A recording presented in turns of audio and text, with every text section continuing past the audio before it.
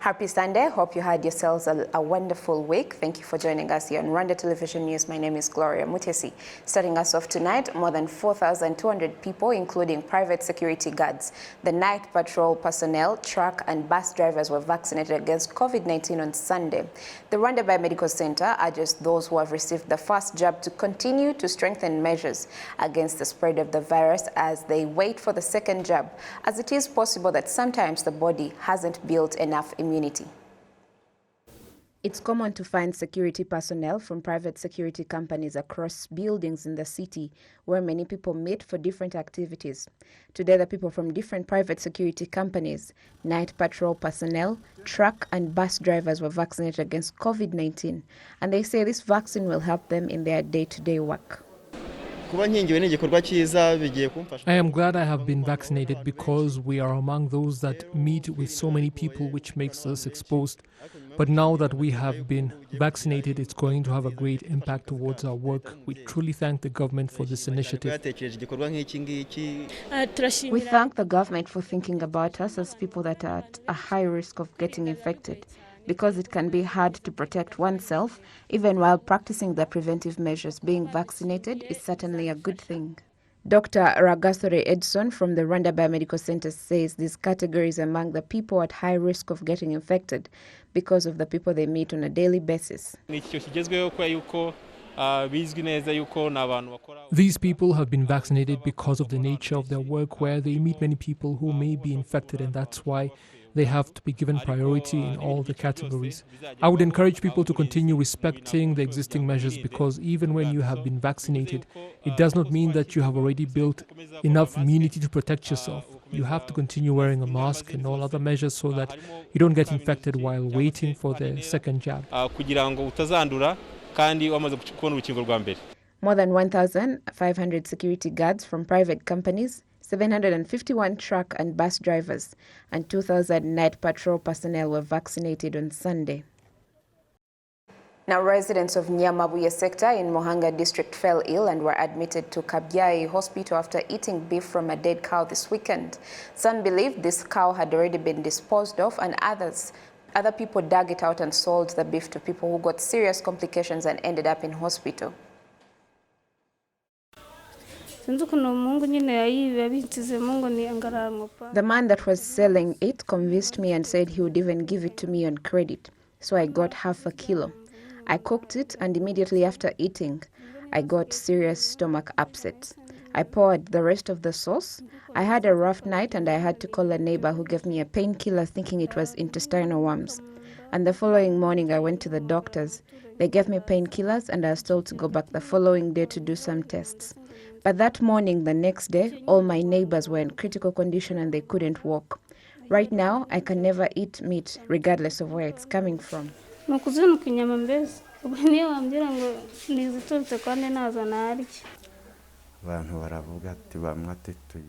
People said that his cow was going to die. Others proposed for it to be slaughtered and people to eat it. So I also came and found my co-workers had cooked the beef, and I decided to eat it and immediately fell ill. We only decided to eat it because we knew it hadn't ingested any kind of medicines, but we didn't know that it could cause us problems. Kabgayi Hospital Director Dr. Nezidgayo Philip says these people got infections from what killed the cow in the first place. He, however, says there is hope that they will recover, as some of them have already been discharged.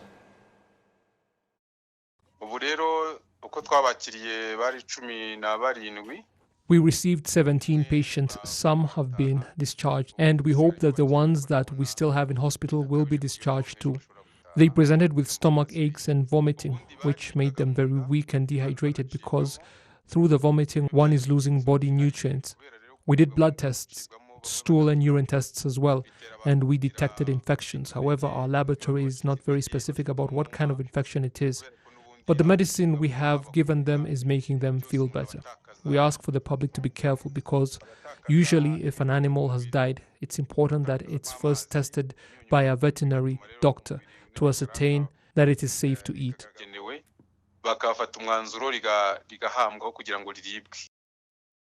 Now, it's common for people across the country to eat meat that has been infected. The authorities, however, are urging the public to avoid this habit that is the cause of major consequences, including the spread of unknown diseases. Now, it's been exactly a year since the first COVID-19 case was identified in Rwanda, and people in the country say that the global pandemic has taught them serious lessons, including that it can be mitigated and eventually defeated with the right measures in place. Sessionary has the details. Last year, on the 14th of March, an Indian national that had returned to Rwanda a few days earlier from Mumbai with no apparent COVID-19 symptoms when he first arrived was confirmed to have the virus despite efforts at the time to screen people coming from abroad. I first joined the COVID-19 task force in February last year when, as doctors, we began taking precautions and preparing for possibly the first case to appear, and when indeed it happened on the 14th of March, we were ready. We were scared for our own safety because around the world people were being killed by COVID, including doctors. However, we knew that this is our responsibility, and that is why we understood that it had to be us to do it. A mere day after the first case was identified, concerts, prayer gatherings and crusades, sporting activities that attracted many people at public venues and all schools had been ordered closed. Employees in both the public and private sectors were being urged to work from home whenever possible. 5 days on, Rwanda had 11 COVID-19 cases, and by the 21st of March, the country had become the first in the region to close its airport to commercial flights and its land borders, and travel between Kigali and the provinces became prohibited. Employees were now mandated to work from home because it was no longer a suggestion. With bars and regular shops selling non-essential goods now closed, the country descended into a total lockdown. Guidelines are an example of what we mean by essential travels, and you have local government authorities in place who will be able to judge and to decide. But we should not even need these local authorities to intervene, because we want everyone to own these guidelines, because it is for the benefit for everyone. We need everyone to own these guidelines, to understand them, and to disseminate them to their families, their neighbors, and to really be part of the effort we are making to control this pandemic. Let's talk about people that don't have access to online banking. You said among the guidelines is avoiding ATMs or banking systems. What about people that don't have access to online banking? We are saying we should privilege online banking instead of going to banks, instead of using ATM. But we are not saying going to a bank is not allowed, using ATM is not allowed. We are just saying you should limit these movements to banks or to any other place. We should just move really for essential reasons where there is no way to avoid this, and if you can use online banking, it's perfect because you can do it from your home. Yes. But if you can't, you are allowed to go to a bank. You are allowed to go to an ATM. But we would like, we would prefer that you don't go there every day. If you need to go there, let's say once a week or so. But just let's limit the movements. Let's limit the reasons for which we need to move from a place to another one. A week after the measures came into effect, the president addressed the nation. Tuzi neza ko ibi bihe bitoroshye byahungabanyije imibereho y'abanyarwanda benshi ndetse mu gihugu hose. Turabasaba rero ko mwihangana. Turatera intambwe nziza, ntabwo dukwiye gutezuka. Leta izakomeza gukora ibishoboka byose ngo ifashe abanyarwanda muri ibi bihe bitoroshye. Ingamba zarafashwe n'izindi zizafatwa. With the total lockdown supposed to be lifted on the 4th of April, it was extended for another 15 days. The country would remain like that for 40 days. Afterwards, certain activities were progressively allowed to resume, and on the 18th of April, people began to be required to wear face masks when going out in public, a measure that has remained in place to this day. On the 5th of that month, the first 7 people to recover from COVID had been discharged. There are some we found here, and now we have been discharged before them. However, we are confident that they too will get to go home soon, all of them eventually. As for me, I am now going back home to Burundi. My family is waiting for me, so are my friends, all waiting to welcome me, and thank God for saving me from this virus. We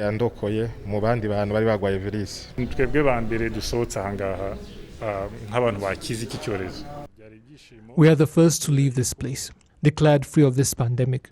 We are very happy because we did spend many days here, plus of course the time we spent traveling abroad. That's about a month away from our families. We are grateful for the way God cared for us using the team here and does continue. And as you can see for yourselves, we have started getting positive results from those efforts. COVID-19 testing continued to increase as time passed, and more than 1 million people have now been tested. In June, COVID-19 measures were still in place, but in such a way as to allow the country's economy to slowly recover from the blow it had been dealt with, while efforts were being made to fight the pandemic. As July came around, the Kigali International Airport was once again receiving commercial flights. November saw a drastic change in infection figures for the worst, however. Something health officials pointed out resulted from people becoming complacent. The end of 2020 saw an increase in both COVID-19 infections and fatalities, and by the 18th of January this year, with the entire country already under travel restrictions between districts, Kigali City entered its second total lockdown in less than a year. Throughout the lockdowns, the government bore the burden of feeding day laborers that could not make a living, and bitter lessons were learned by people from all walks of life. We now buy goods wholesale by looking at pictures of them, when before we could travel abroad to China and Turkey and maybe even find other things we had not seen before. I can also say that COVID taught us what faith is, because we now walk by faith not knowing what could happen next, to be honest. We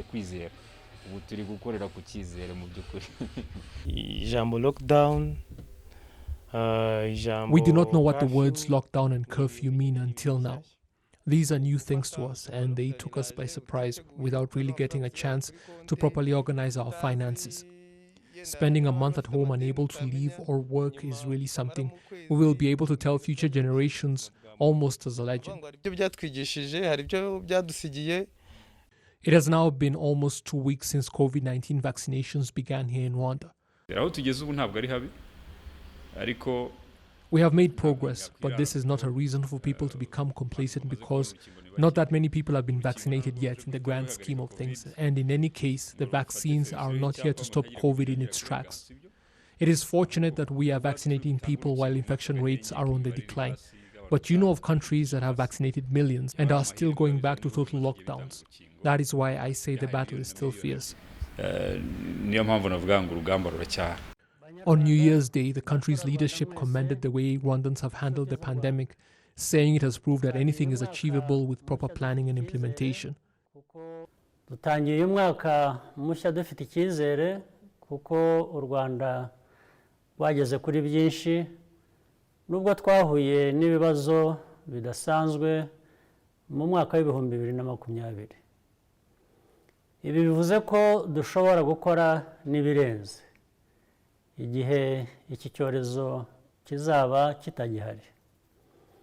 Isomo twakuye muri uyu mwaka ushize nuko iyo twitwaye neza tugashyira hamwe nta cyaduhungabanya.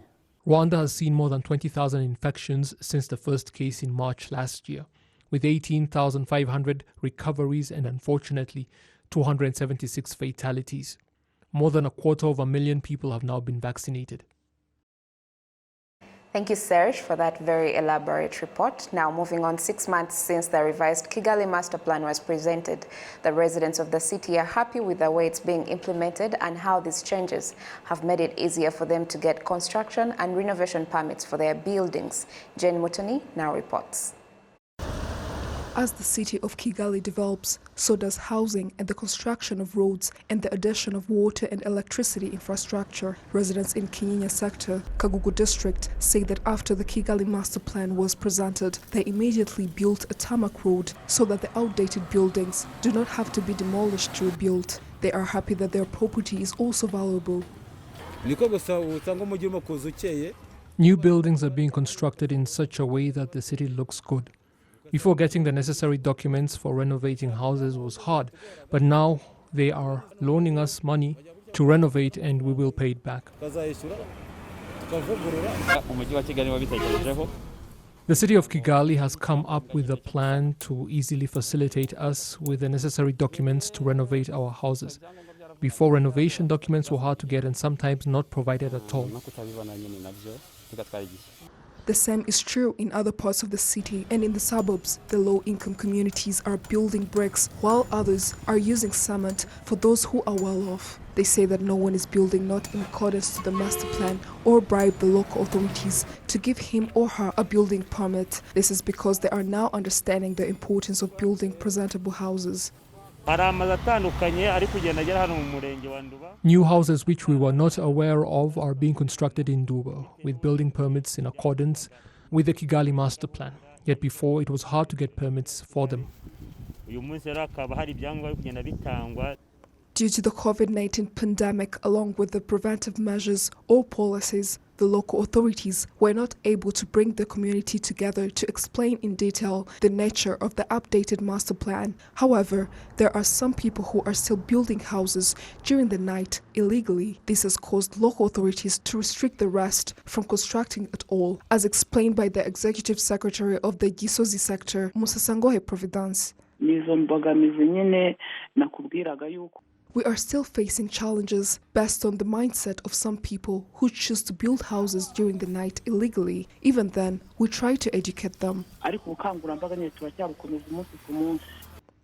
The Kigali City Administration says residents have begun to implement the revised city plan, and it will be easier to build or renovate it based on the resources of each resident. The Chief of Urban Planning, Solange Muhirwa, urges every citizen who wants to build or renovate to go through the legal process and otherwise be assisted in this process. We shall support those who want to renovate in terms of affordability so that they can do so in accordance to the master plan. This is to make sure that the houses are well furnished so that also those who want to start house constructions will also be supported in order to follow through with the plan as well. In September last year, the city of Kigali unveiled a revised master plan for economic and social development for the next 30 years. This will help people with limited means to continue to live side by side with those that are well off in a city that will have close to 4 million residents by the year of 2050. Jane Mutoni, reporting for RTV. Well, that's it for tonight. Thank you for your company. And in a special way today, I'm also incredibly thankful that we are still alive a year after COVID-19 first got here. And may the souls of those that departed continue resting in peace.